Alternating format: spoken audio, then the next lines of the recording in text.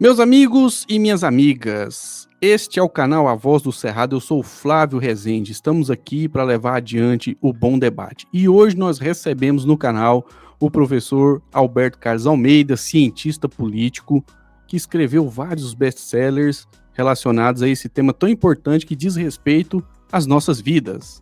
Ele é autor de A Cabeça do Brasileiro, A Cabeça do Eleitor, O Voto do Brasileiro, A Mão e a Luva, o que elege um presidente, que foi uma análise que foi feita das últimas eleições, antes da eleição presidencial de 2022, que deu ao presidente Lula o terceiro mandato. As análises dele antes dessa eleição de 2022 apontavam para a derrota do Bolsonaro e para a vitória do presidente Lula. E agora? Qual é o prognóstico? Quais são as previsões? O Trump vai falir o mundo? O Lula vai ser reeleito? Bolsonaro pode reabilitar e ter de volta os seus direitos políticos e disputar a eleição do ano que vem? Como está a conjuntura? É isso que nós vamos perguntar para o cientista político Alberto Carlos Almeida. Seja muito bem-vindo ao nosso canal, professor Alberto Carlos Almeida. Oi, Flávio, muito obrigado pelo convite. Estou aí à disposição aí para a gente ter essa boa conversa aí. Certinho, professor. Muito obrigado por ter aceitado o convite. E vamos aqui iniciar esse bate-papo, essa conversa, de acordo com um tweet seu, que diz que a popularidade do presidente Lula vai parar de cair quando o preço dos alimentos parar de subir. O que está acontecendo? É comunicação ou tem a ver realmente essa queda de popularidade do presidente Lula em seu terceiro mandato com o preço da comida, o preço dos alimentos? Olha, tem a ver mais com fatos reais. A vida das pessoas está uma vida muito difícil, uma vida muito dura. O orçamento é um orçamento apertado. As pessoas, obviamente, hoje a vida é melhor do que era há 10 anos atrás, há 20 anos atrás, mas todo mundo sempre quer consumir um pouco mais. E o orçamento está muito apertado. Quando o orçamento está apertado, que é a situação de carestia, tudo muito caro, e você tem um aumento de um item de consumo que é muito importante para a maioria dos brasileiros, para a grande maioria dos brasileiros, que é o alimento, os alimentos apertam mais, a inflação de alimentos aperta mais o orçamento. Então, a comunicação, por mais volumosa que seja, numa situação de dificuldade real da vida das pessoas, o eleitor fica vendo assim, olha, o governo está falando uma coisa, que está fazendo muito, mas eu não vejo resultado na minha vida. Então a comunicação ela não encaixa na vida real das pessoas. Ela não reforça o que a pessoa já sente na vida real. Ela vai contra a pessoa e, obviamente, vai ver a comunicação e vai entrar por um ouvido e sair pelo outro. Então tem mais a ver com a questão econômica e política. Bom, além do preço dos alimentos, professor, como que está sendo o contato do governo, dos parlamentares do Partido dos Trabalhadores, dos funcionários comissionados que são auxiliares da presidência da República com a população e em relação às coisas concretas, ou seja, ao atendimento das necessidades reais das pessoas? Eu vejo algumas reclamações aí de muitos até que são da base mesmo do Partido dos Trabalhadores, no sentido de votar em parlamentares do PT, em votar no presidente Lula, e que reclamam aí uma ausência de reciprocidade. Parece que não tem conexão. O senhor tem essa percepção ou estão reclamando, vamos dizer assim, de barriga cheia? Olha, a reclamação é o tipo da coisa que sempre vai existir. É normal que seja assim. O governo não incorpora todo mundo. Às vezes, quem é incorporado continua reclamando. Um dos objetivos é ter mais espaço. Né? Quem não tem espaço gostaria de ter algum, e quem já tem espaço gostaria de ter mais espaço. Né? Então, de alguma maneira, isso faz parte do jogo. Né? Isso é parte da dinâmica da política. Né? É diferente de a gente ouvir determinadas queixas de aliados políticos do PT dizendo que o PT, quando o PT está no governo, ele contempla desproporcionalmente mais o próprio PT do que esses aliados. Isso também é verdade. Né? O PT ele faz isso e daí você tem um pouco mais de dificuldade da formação de alianças, da formação de maiorias. Isso acaba sendo algo mais tenso, né? Mas isso é parte do jogo, viu, Flávio? É do jogo, né? Não tem espaço para todos. Bom, nessa circunstância, nessa conjuntura, a reeleição do presidente Lula ainda é uma possibilidade maior do que uma derrota dele? Ele tem chances de ser reeleito, mesmo com esse problema da inflação dos alimentos, de ataques até de pessoas que são aliados e estão aí criticando, enfim. A conjuntura aponta para a reeleição do presidente Lula, ou alguém da direita pode surpreender e ganhar a eleição no ano que vem? Olha, o bacana da democracia é que a democracia ela é incerta, né? Você não tem, a gente nunca vai ter 100% de certeza. Você pode ter até uma confiança grande, 99%, 98%, 95%, mas ainda assim vai haver lá 5% de chance de um resultado diferente daquele que você previu. Nós estamos longe da eleição, num certo sentido, né? 1 ano e meio para o pleito presidencial, na verdade, eleições gerais, e muita coisa relevante para o governo. Eu sempre digo, olha, o governo ou ganha ou perde a eleição. Então, muita coisa relevante para o governo, para melhorar a popularidade e eventualmente piorar, pode acontecer nesse intervalo, nesse período que teremos pela frente. A inflação de alimentos é o grande tema do momento, é o que mais aflige a maior parte do eleitorado. Agora, ela pode arrefecer ou ela pode vir pior no início do ano que vem. É sempre no primeiro semestre de cada ano que nós temos inflação de alimento. Ela costuma vir nesse período. Então, assim, o favoritismo de Lula, eu hoje digo favoritismo, ele tem a ver com algo que a gente sabe dos processos eleitorais de um modo geral, Flávio. Quem está na cadeira, aquele que disputa a reeleição, ele tende a ser o favorito, ainda que a gente esteja vendo recentemente muitos governantes de países importantes perdendo a reeleição. Mas aquele que disputa a reeleição tende a ser o favorito. Então, hoje eu diria, né, até andaram saindo algumas pesquisas aí, mostrando que quando Lula é confrontado, apesar da popularidade baixa, ruim, quando Lula é confrontado com outros adversários, ele derrota todos no segundo turno de uma eleição presidencial. Isso não me surpreende. E agora, assim, algo que choca, às vezes, é ver que tem um desequilíbrio entre esquerda e direita nas casas legislativas. O Centrão é uma força muito potente lá, a direita domina, e a esquerda não teve a capacidade ainda de eleger 175 deputados na Câmara dos Deputados. O que a esquerda precisaria fazer para ampliar o tamanho da sua bancada? Porque, assim, em relação ao tamanho das casas legislativas, a bancada da esquerda é muito pequena. O que acontece, professor, com a esquerda que não consegue eleger uma quantidade expressiva de parlamentares nas eleições proporcionais? Pelo que eu entendo, nunca foi. Eu me lembro que, se eu não me engano, foi no segundo mandato de Lula, em que ele foi a público dizer que era uma prioridade para ele eleger senadores. E ele trabalhou muito pesadamente para isso. Agora, você não vê de forma recorrente, porque você não cresce a bancada de uma eleição para outra, você cresce no decorrer dos anos.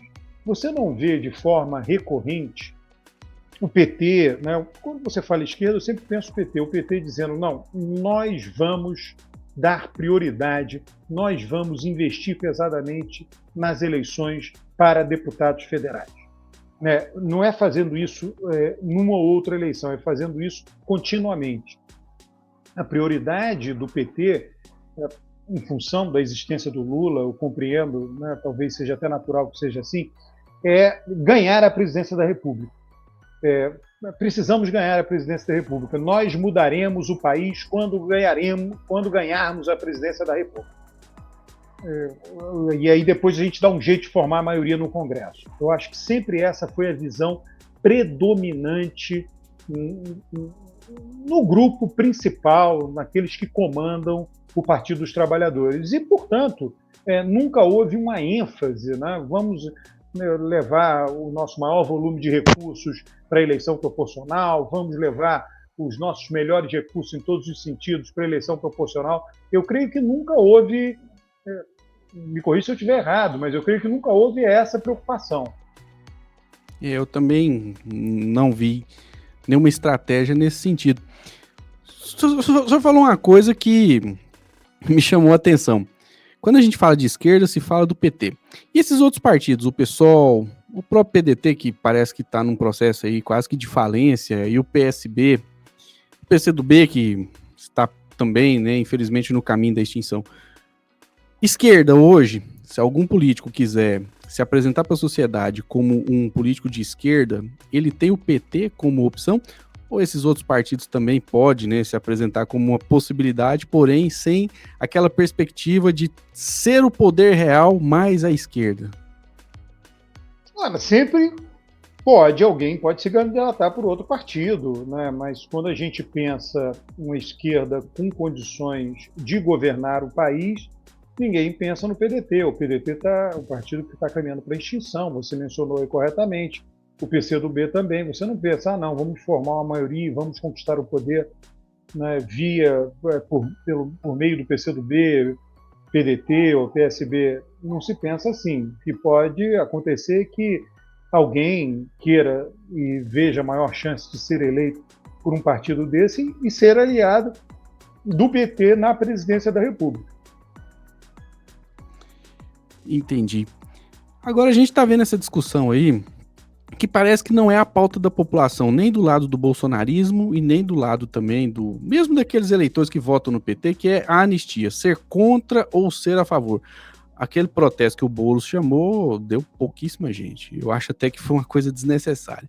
O que o Bolsonaro chamou no domingo, já que nesse momento o bolsonarismo ainda consegue mobilizar mais pessoas nas ruas, deu menos de 50 mil pessoas, segundo a contagem da USP, deu 55 pessoas, segundo a contagem do Datafolha. Esse é um foco muito mais da direita do que da esquerda ser a favor dessa anistia. Isso é um tiro no pé da direita, é um tiro no pé do bolsonarismo, ou eles fortalecem a base deles, lutando, entre aspas, por aqueles que foram presos, por depredar os prédios públicos no 8 de janeiro de 2023. Ajuda ou atrapalha essa luta pela anistia?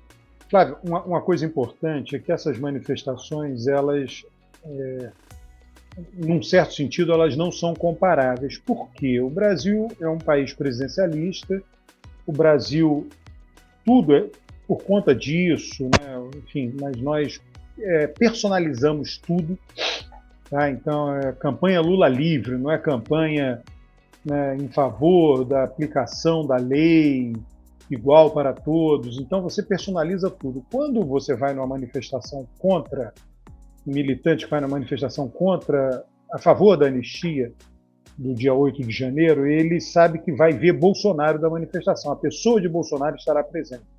Uhum. E as manifestações contrárias à anistia, Lula não vai participar, ele é presidente da República, ele não estará presente.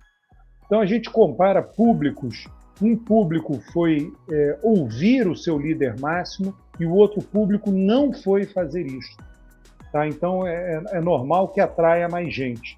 Bom, mas em todo caso, essas manifestações, o objetivo delas é simplesmente pressionar o sistema político. Só que o sistema político não são manifestações gigantescas, inclusive que tenham repercussão na mídia, uma manifestação, por exemplo, que ocupe toda a extensão da Avenida Paulista e que mobilize caravanas e mais caravanas e que a mídia não pare de falar no dia seguinte, não é o caso. Então, a repercussão que isso tem na Câmara dos Deputados não é grande, né? Não serve como um argumento para um deputado que poderia estar em dúvida de como iria votar no caso de uma anistia. Tanto é, se eu não me engano, me corrija se eu estiver errado, mas o presidente da Câmara andou declarando que o clima para eventualmente colocar para votar uma anistia é muito desfavorável.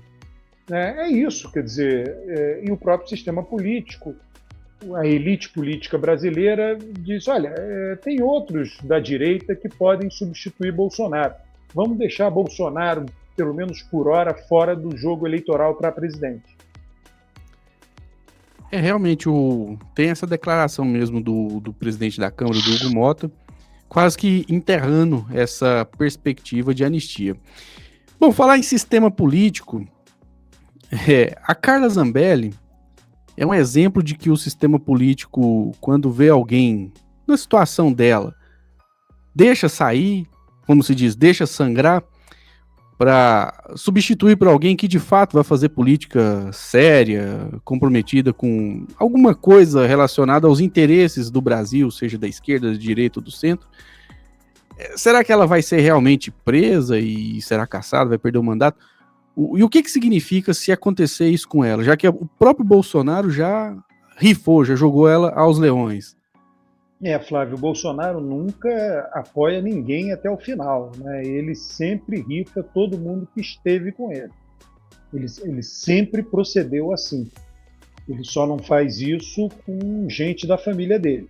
Agora, o que acontece, né? Alguns desses políticos, né, quando um político decide atacar o sistema, e no caso da deputada Carla Zambelli, atacando diretamente o Supremo Tribunal Federal, os magistrados, essa pessoa tem que ter certeza de que não vai deixar nenhum rabo de fora.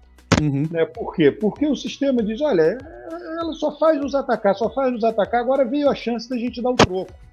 Entendi. Então, assim, né, ela vai e faz aquilo ali na véspera da eleição, tem aquele comportamento inteiramente, né, fora do controle, um comportamento, né, completamente fora da caixinha, né, de pegar uma arma, perseguir uma pessoa no meio da rua, numa área nobre de São Paulo, quer dizer, tudo errado, né? E aí cai no colo de quem ela sempre atacou a oportunidade de se pronunciar sobre isso. Ora, ninguém vai ter simpatia por ela, é óbvio. E o interessante é que esse caso da Carla Zambelli escancarou uma coisa que eu acho até que o pessoal que faz comunicação poderia ter explorado mais, que é o Bolsonaro admitir que o sistema eleitoral brasileiro funciona, porque ele culpou ela, lá naquele podcast que ele participou, Inteligência Limitada, por ter perdido votos, né, na véspera da eleição. Ele literalmente falou, olha, aquele que pensava em votar na gente deixou de votar. Ou seja, ele admitiu que as urnas eletrônicas brasileiras, apesar dele atacar, né, apesar dele dizer que existe fraude, mas ele admitiu que funciona, que o sistema eleitoral brasileiro, que elegeu ele tantas vezes, tem aí suas boas qualidades e não tem as fraudes que ele falou, né, para o público dele que tinha. E aí, como é que fica essa situação dele, essa incoerência?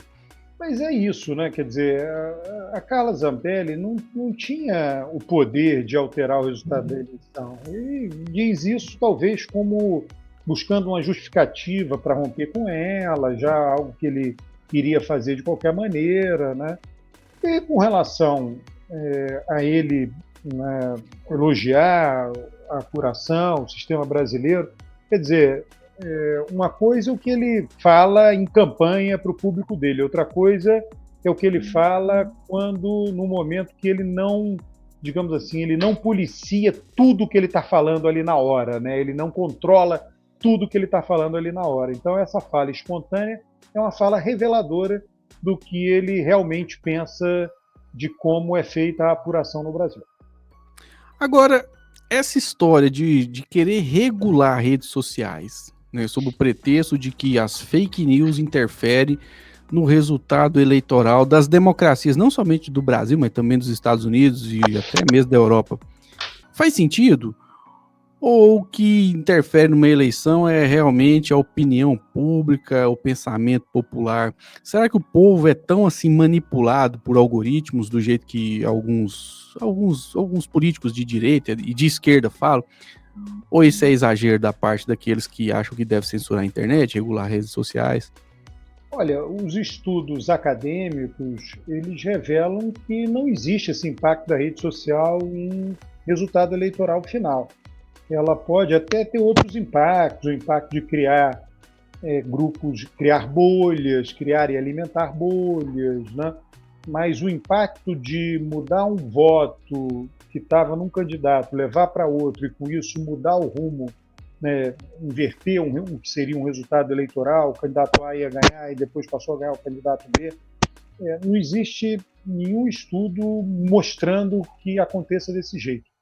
Mas o objetivo de ter algum controle das mídias sociais, creio eu, né, tem muito mais a ver com outros fatores, em que pese o fato disso ser dado recorrentemente como justificativo. Aí nós vamos para um ponto que alguns desprezam e outros estão atentos em relação a isso, que é o contato da esquerda com os evangélicos. Eu não vejo hoje o Bolsonaro com tanta força nas igrejas. Já teve.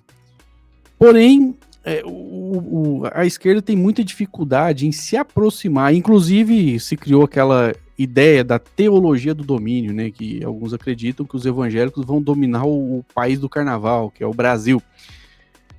O que a esquerda deveria fazer para conquistar pelo menos um pouco mais de evangélicos? E esse perigo, né, que alguns dizem aí da teologia do domínio, dos neopentecostais, né, colocarem no Brasil um regime religioso, isso aí é fantasioso de quem está falando isso aí, é um devaneio, ou faz sentido, é um perigo real? E a esquerda deveria ter uma estratégia de crescimento no meio evangélico?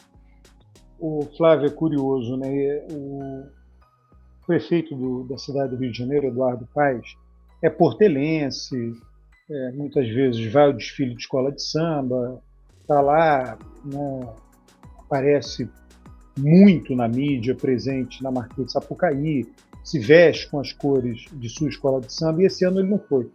Né? Eu imagino que ano que vem ele também não irá, né? Porque recentemente se iniciou no mundo evangélico uma demonização do carnaval, e isso daí é importante no Rio de Janeiro, porque você tem escolas de samba, cuja tradição remonta aos terreiros de religiões de matriz africana, e as religiões evangélicas tomam essas religiões como importantes inimigas. Né? E aí começou esse processo de demonização do carnaval. Os evangélicos estão aí, né, de um modo geral, as religiões, todo mundo que pratica mais religião, seja ela evangélica ou católica, tende a ser, não agora, mas sempre foi assim, pessoas mais conservadoras. A religião, por definição, a religião é conservadora. As religiões estão no mundo para conservar e não para mudar, não para alterar. Sempre foi assim. No pós-guerra, na Europa, os católicos que frequentavam, né, igrejas católicas, com fervor católico, e que eventualmente votavam na esquerda, na social-democracia, isso no pós-guerra, tá? Eles eram excomungados pela Igreja Católica. Nossa. Então, isso daí que acontece do mundo evangélico, de algo mais conservador, não é novidade. Não é novidade. Então, uma aproximação, aí, se a esquerda vai buscar se aproximar, a esquerda ela aceita abrir mão de algumas agendas dela, a fim de conseguir votos junto aos evangélicos? Provavelmente não. Então, a aproximação provavelmente não ocorrerá mudando propostas, mudando proposições de políticas públicas, mudando sua ideologia com relação a inúmeros temas. Para que haja uma aproximação, que a esquerda é capaz de fazer uma aproximação de estar lá no local, lá mais próximo, uma aproximação até mesmo física, de conviver ou de respeitar, né, a maneira de ser evangélica de um modo geral. Né? E quem sabe com isso funciona mesmo. Quem sabe com isso você não consegue uma pequena fatia ali, que seja 1 ponto percentual, 2 pontos percentuais. Mas esqueça, né? Né, quando se diz muito, né, não, a esquerda precisa se aproximar dos evangélicos. Bom, tudo bem. Mas o que isso significa? Né? Significa que a esquerda vai abrir mão e vai se tornar mais conservadora para agradar o conservadorismo evangélico, uma vez que a religião é conservadora? É da natureza da religião ser conservadora? Qual foi a religião que veio ao mundo para revolucionar o mundo? Nenhuma. A religião ela tem que manter seus fiéis. E aí o objetivo da religião é manter as suas tradições religiosas, as suas crenças. Ela cria uma comunidade moral. Então a religião ela sempre foi e sempre será conservadora. Aí a esquerda tem que, né, se quiser um diálogo para rachar, digamos assim, né, o voto lá, a esquerda tem que se tornar conservadora, coisa que eu acredito que não vai acontecer. É difícil, né? Bom, nessa situação aí de disputa do eleitorado, tentar ganhar um pouquinho de votos aí dos evangélicos, nós temos a direita, né? Que o Bolsonaro está inelegível. E aí se apresentou Ronaldo Caiado, por enquanto. O Tarcísio não se declarou candidato, Tarcísio de Freitas, governador de São Paulo, não se declarou candidato, não está falando que vai disputar a presidência. Mas o Ronaldo Caiado já lançou até a pré-candidatura num evento que não foi muito bom para ele, porque demonstrou que ele não tem força no próprio partido dele, que é a União Brasil, que tem 3 ministros no governo Lula. Qual dos dois teria mais chances aí de herdar os votos do bolsonarismo? E outra pergunta, Ronaldo Caiado, será que ele vai conseguir se viabilizar como uma liderança nacional? Olha, quem mais terá voto do bolsonarismo é aquele que o Bolsonaro decidir apoiar. O Bolsonaro, em algum momento, vai declarar apoio a algum candidato contra Lula. Esse é o candidato que terá mais votos na direita. Esse é o candidato que tende a disputar o segundo turno com Lula. Nós não sabemos quem será esse candidato. Eu creio que Bolsonaro não confia em pessoas de fora da família. Então eu acho que Bolsonaro está preparando o seu filho Eduardo Bolsonaro para ser o candidato a presidente da República na eleição de 2027. Essa ida do Eduardo Bolsonaro para os Estados Unidos, que eles chamam de exílio, tem a ver com alguma articulação com a direita estadunidense, né, com os republicanos e até mesmo com o próprio presidente Trump? Ele estaria tentando buscar um apoio internacional para essa provável candidatura dele como sucessor aí, pelo menos em 2026, do Bolsonaro? Algum tipo de conexão, né? Não num nível tão elevado com o presidente Trump, mas algum tipo de conexão, estar nos Estados Unidos, começar a participar das redes da direita, extrema-direita, sim, isso daí é algo que faz sentido para o Eduardo Bolsonaro. Isso por um lado, né? E por outro lado, sair do mundo do conflito político brasileiro. Ele saindo desse mundo da política brasileira, o nome dele fica ali escondidinho, quietinho, ele mergulha, como se diz na política. O político mergulhou, ele desapareceu. E aí ele reaparece numa situação favorável a ele, numa situação que ele tenha sido relativamente esquecido e ele terá menos obstáculos, digamos assim, para navegar no caso de uma disputa presidencial. Por falar em Eduardo Bolsonaro, Estados Unidos, o Trump ele é uma ameaça à democracia estadunidense? Ou as pessoas quando falam isso estão exagerando? Olha, depende sempre, Flávio, o que as pessoas têm em mente, o que é uma ameaça à democracia, né? É uma ameaça um presidente da República que não cumpra a lei, enfrente, né, os atos em si do presidente da República ou as falas do presidente da República, né, elas colocam em risco a democracia. Se a ameaça for a visão de que a democracia está em risco, eu não creio que esteja. A democracia ela reage. Trump não está sozinho, ele faz, tem reação. Né? Eu não acho que ele coloque em risco o funcionamento da democracia nos Estados Unidos. Né? Uma das coisas, por exemplo, que pode ser que se amplie nesses 4 anos aí de governo Trump é a força dos estados, é o federalismo americano, que ele já é mais forte do que o nosso, no sentido do estado ter autonomia, muito mais autonomia do que nossos estados aqui, né? E por outro lado, isso pode ficar ainda mais forte. Os estados dizendo, olha, esse cara é um maluco, está lá na presidência, vamos trazer mais coisa para nós fazermos. Vamos colocar mais coisa dentro de nossas prerrogativas. Isso nos Estados Unidos já tem a tradição, é possível que aconteça em certa medida. Agora, eu acho que 4 anos é muito pouco. Há 4 anos você não. Né, as pessoas falam, olha, o que o Trump está fazendo vai destruir os Estados Unidos, isso. Eu não sei se você consegue destruir, né, o país mais dinâmico e mais rico do mundo em 4 anos. Eu acho difícil. E essa reação das bolsas aí que caíram, os países reclamando do tarifaço dele, isso aí vai abalar o mundo, o sistema capitalista, vai levar assim para uma crise, será? Comparada com a de 2008, até mesmo tem gente falando aí que pode chegar à crise de 1929, ou é exagero também? É difícil dizer, né? As previsões são feitas com base em quê? Né?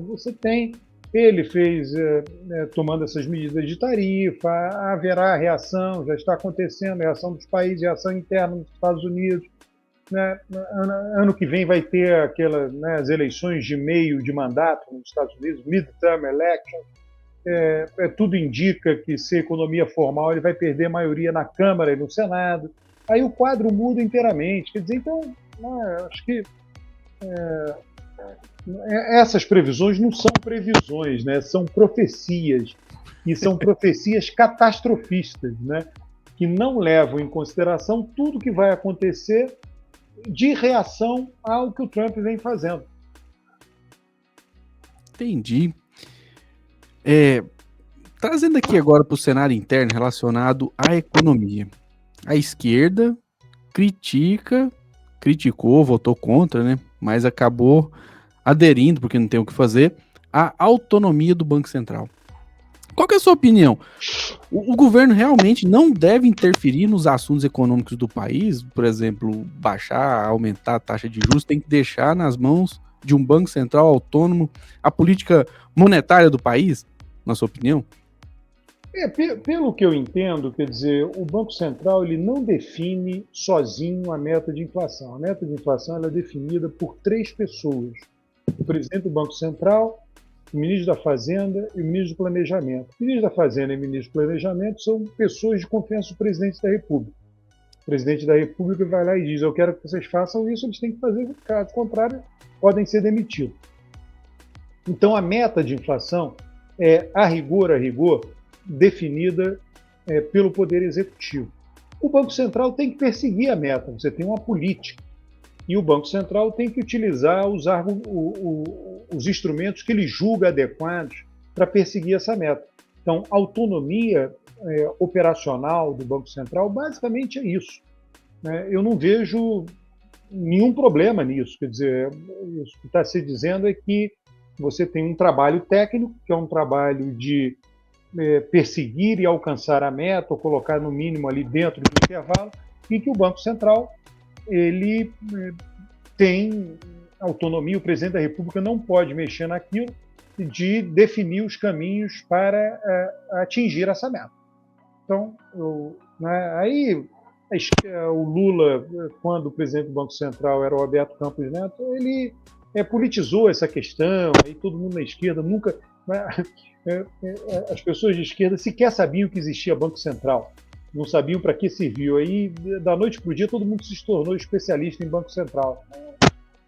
É meio estranho.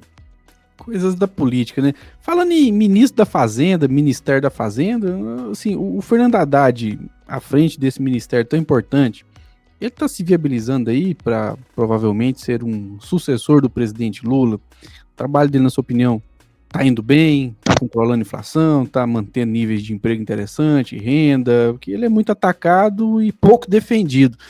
Qual é a sua opinião em relação ao Fernando Haddad? O Haddad é uma bola importante do jogo quando o Lula se retirar. Uhum. É muito cedo para falar de candidatura presidencial que não seja de Lula. Acho que o Lula disputa em 2026 a candidatura a presidente, mas em 2030 o PT terá outro candidato. E Haddad, digamos assim, não será o único a disputar. Com isso eu não estou dizendo que haverá uma prévia, 2 ou 3 chapas e que os petistas vão escolher, não é isso. Mas outros nomes serão colocados, né? E muita barganha interna haverá. Agora, eu acho que o Haddad tem a grande vantagem de pertencer à corrente majoritária do PT e ser de São Paulo. São Paulo, em que pese a espinha dorsal eleitoral do PT ser o Nordeste, mas a espinha dorsal política está em São Paulo. Então, essa é uma grande vantagem de Haddad, mas eu acho que é uma coisa muito indefinida, viu, Flávio? Entendi. Bom, nós estamos aí agora com essa situação do Bolsonaro, não vai candidatar, né? Ano que vem, está inelegível, e é réu no Supremo Tribunal Federal. A possibilidade dele ser preso, ela é real. E se ele for preso, isso ajuda ou atrapalha o capital político dele? Ele pode transferir mais votos estando dentro da cadeia ou fora da cadeia para quem for apontado por ele como o candidato dele? Ele pode ser preso, sim, ele pode ser preso por um pequeno período, por algum período depois ser liberado com uso de tornozeleira eletrônica. Ele pode, além dessa punição, a inelegibilidade dele pode ser ampliada. Talvez eu acho que isso seja o mais importante que passe pela cabeça dos ministros do Supremo. E o capital político, o Bolsonaro é forte. Uhum. Eu acho assim, muda pouco preso ou solto, porque hoje o Brasil está dividido meio a meio, 50-50. 50% apoia o Lula, 50% é contra o Lula e apoia o Bolsonaro. Eu não acho que prender vai fazer com que alguns pontos percentuais daqueles que apoiam o Lula deixem Lula e caminhem para o colo de Bolsonaro. Não acontece desse jeito mais. Tá? As coisas são muito cristalizadas no Brasil e a sociedade dividida em 50-50. Nessa perspectiva, então, terceira via é algo impossível de se acontecer, né? Eu acho que sim, Flávio. As candidaturas se colocam, né? O governador de Goiás vai colocar sua candidatura, caminha para disputar, se tiver acesso a recursos, mas se não tiver o apoio de Bolsonaro, vai ser um coadjuvante. E essas penas que o Supremo Tribunal Federal está, né, aplicando àqueles que vandalizaram as praças dos três poderes? Eu vi até o Chico Alencar, que é deputado federal do PSOL, dizer que elas estão exageradas. O Supremo está pegando muito pesado com aquele pessoal, na sua opinião? Ou a pena está assim, de acordo com a necessidade de punição mesmo, nem em relação ao que eles fizeram?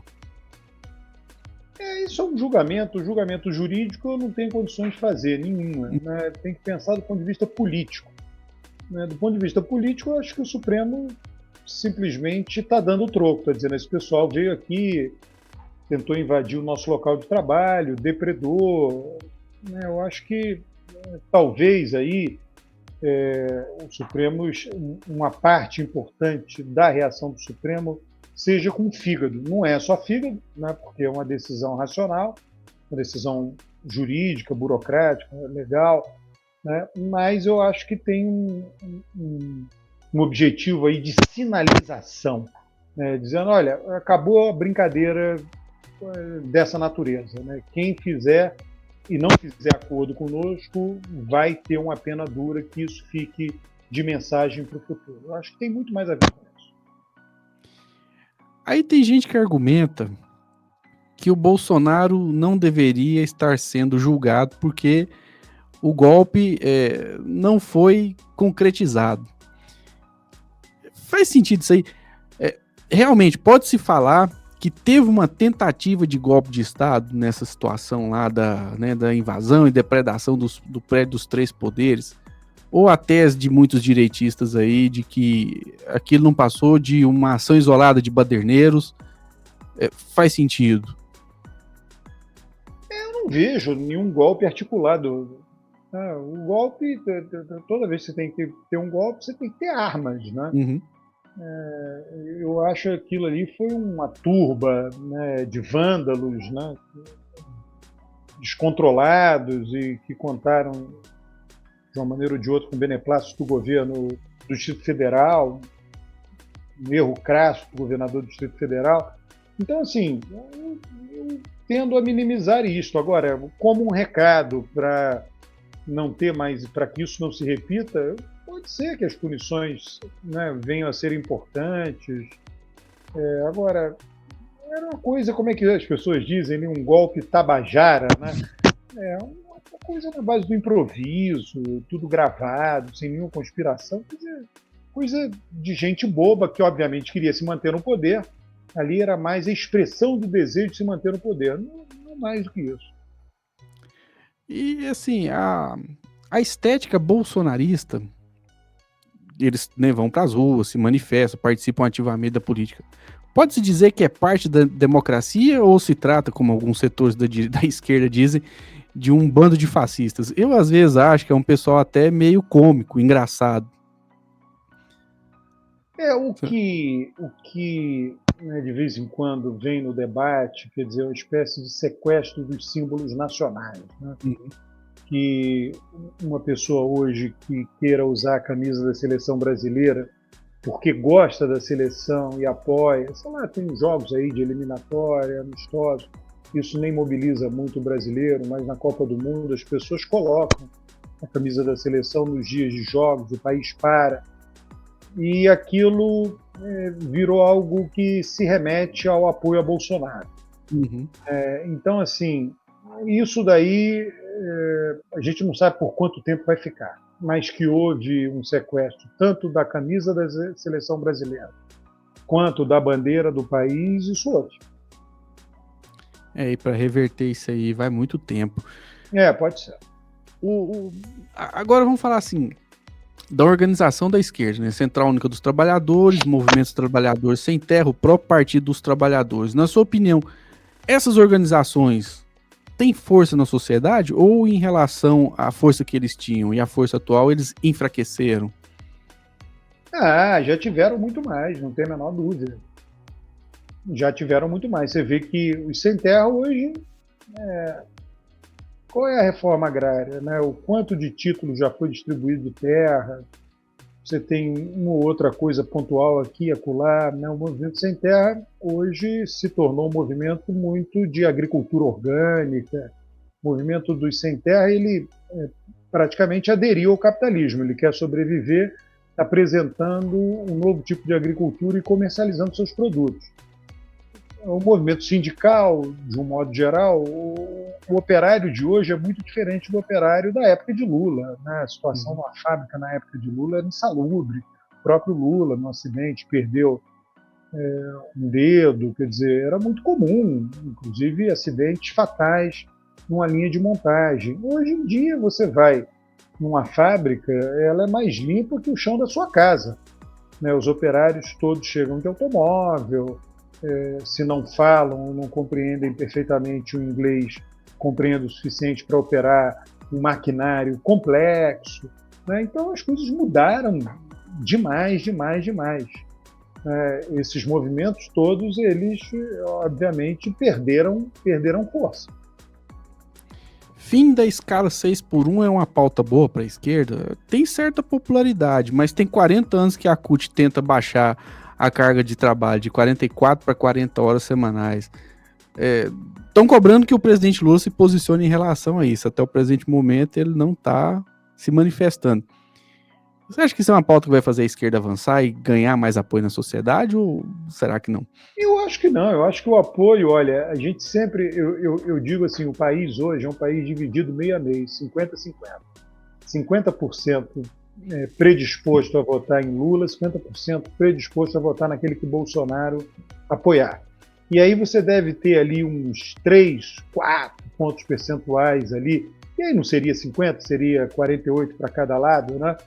E você tem uns 4 pontos percentuais que eventualmente vão para um lado ou para o outro, ou se dividem também.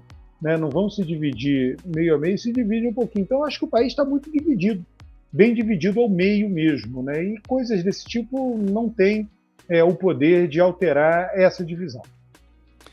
Certinho.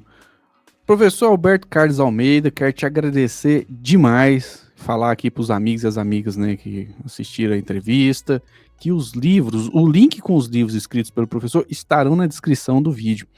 Por favor, fale aí as suas considerações finais aí para os amigos e as amigas do canal A Voz do Cerrado. Olha, é uma satisfação estar aqui com você, Flávio, né, e espero que aqueles que venham acompanhar essa entrevista gostem, né, do conteúdo Eu queria só aqui aproveitar aqui, Flávio, esse espaço e falar para você e para quem vai. Esse ano eu vou lançar um livro com vários colaboradores, vários coautores, que vai ser A Cabeça do Brasileiro 20 anos depois, o que mudou. As coisas estão avançando, não tem uma data, talvez seja no segundo semestre, no iníciozinho do segundo semestre, mas será um livro bastante interessante, bastante denso, trazendo, com as mesmas perguntas feitas 20 anos atrás, o que mudou na forma de pensar dos brasileiros. E talvez essa seja uma oportunidade para nós nos reencontrarmos aqui. Ótimo, eu tenho certeza que o livro vai ser um sucesso. Quando ele for lançado, nós vamos nos reencontrar e vamos fazer a divulgação.